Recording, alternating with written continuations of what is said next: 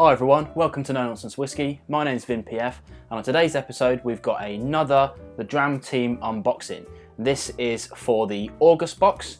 We don't know what's in this box just yet, but we'll get into it right now and see what we've got this month. Now, for those of you who haven't been following my videos, well, so I've got a new trusty knife. This is a little tiny one that I actually use at work, but I brought it home this time. The knife video is on its way. For those that don't know about the Dram team, they are a UK-based subscription service where you can have, for a reasonable price, I think, I'm a paying customer, every month, a delivery of whiskey from all over the world, mostly Scotch, but all over the world. Get rid of that. And you get to try loads of different stuff that you wouldn't ordinarily buy for a reasonable price, I think. So, this is what you get. A little set just like this. Inside, today they're all together, which is awesome. Sort of.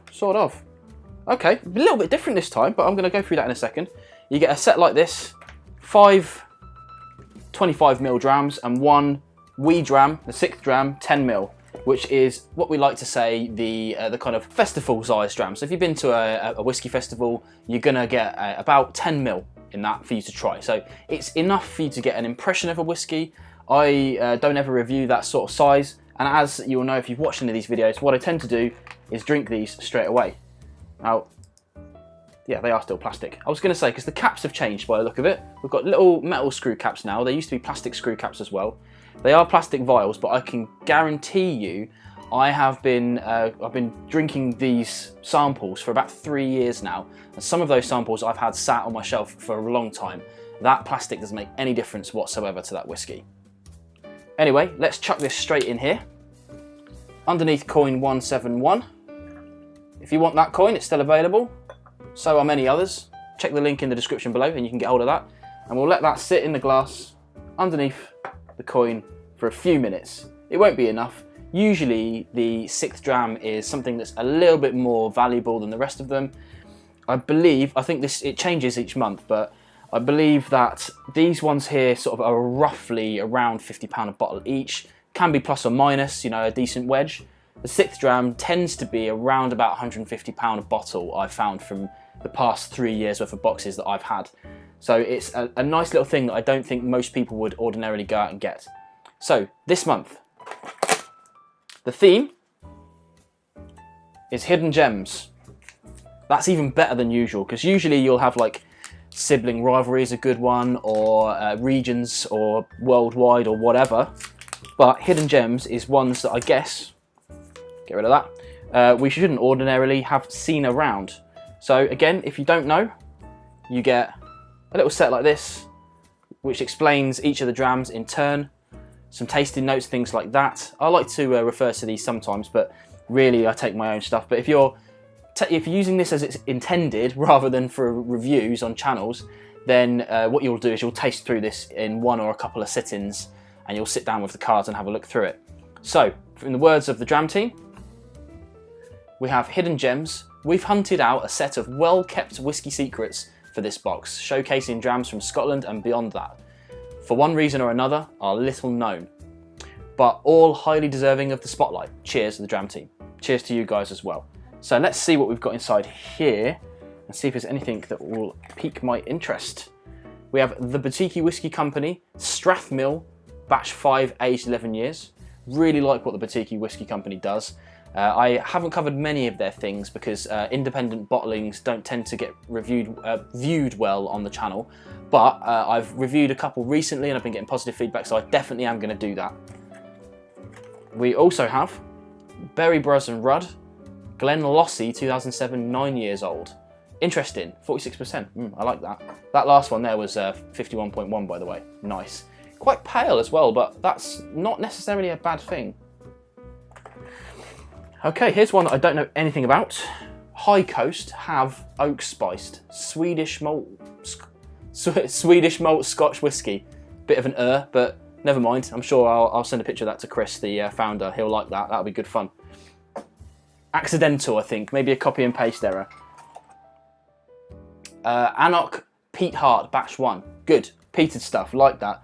Now, I know the founder of this quite well, and it's a fine balance for him. Obviously, a lot of whiskey fans are peat heads, but some people find it really negative. But it's a struggle to have a whole peated set. So he tends to chuck in 1 or 2 in each set, maybe none sometimes, just to make sure that everyone gets something that they're going to enjoy. So it's good to see one in here. Talking of peated, the Longrow Red, aged 11, Pinot Noir cask matured, 53.1%. Yes! We love Longrow on this channel. You love watching me drink Longrow, so I'm definitely going to cover that at some point. Okay, let's crack into this little one here. I'm gonna, as I said earlier, I don't tend to review these tiny little samples. If these are of interest, I do tend to review these. They're about the right sort of size. You can try half one day and half the next day and get a good kind of vibe of what these are. And of course, you're never sure where these are going to be poured from, but they're definitely poured from a bottle, and you're going to get that air influence when you're transferring over and whatever. People complain about it, doesn't matter.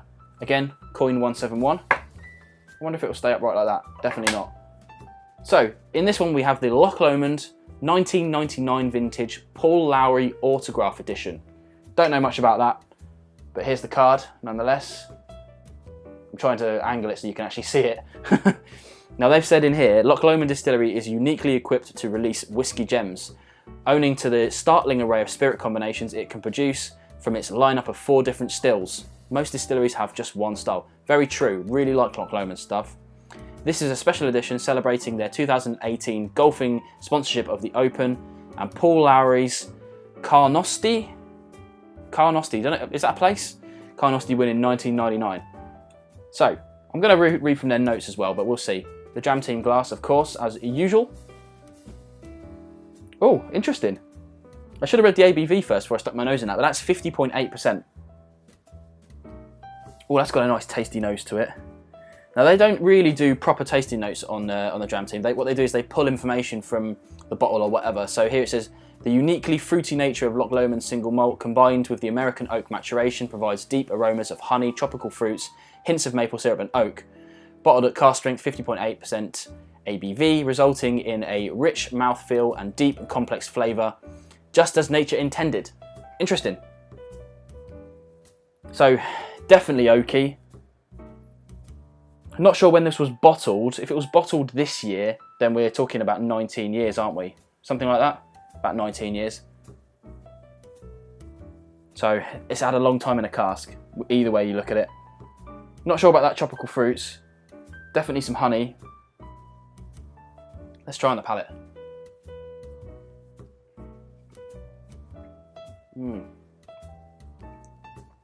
Oh, that's a zinger. Yeah, huge ABV hit. It does have some oakiness to it that I'm not a huge fan of. Almost tastes a little over oak to me. Only just.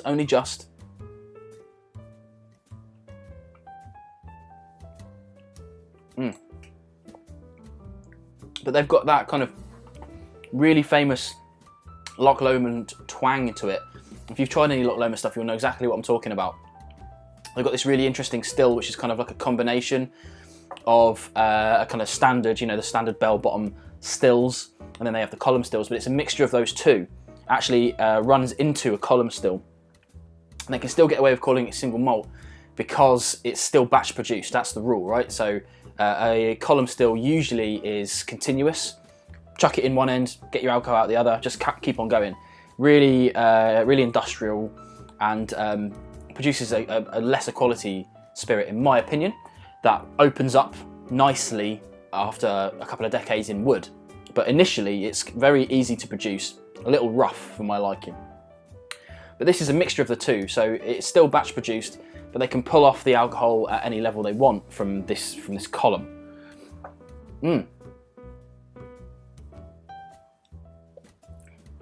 Even tastes a little malty to me just then. I've got a little bit of kind of cereal biscuitiness to it.